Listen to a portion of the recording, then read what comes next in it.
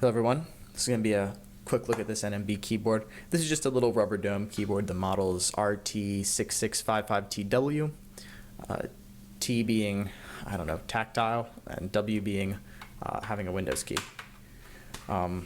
This is not a mechanical keyboard.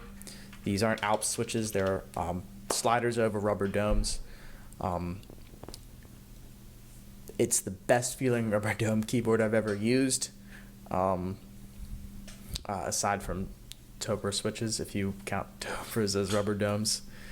Yeah, I bought it on eBay, $10, thought it was mechanical, took a shot in the dark, didn't know about the model numbers. It's online's a little crazy to tell which one's mechanical and which ones aren't. Quick tip, if you want a clicky NMB keyboard, buy something with the letter C in the model. That's definitely a clicky keyboard if it has C in it. The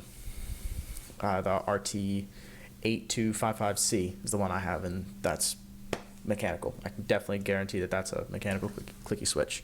But there's a bunch of different ones. I haven't seen a lot of mechanical ones or Space Invaders ones with the Windows key. So if you have a Windows key, I'd probably try to stay away from it a little bit. But everything works. This is an ATX keyboard, so it's I have an ATX to PS2 adapter on mine right now. Works just fine.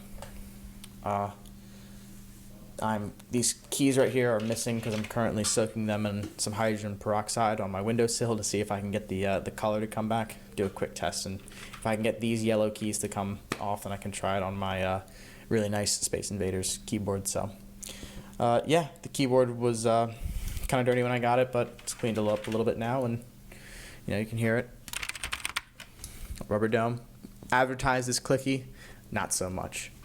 Thank you very much.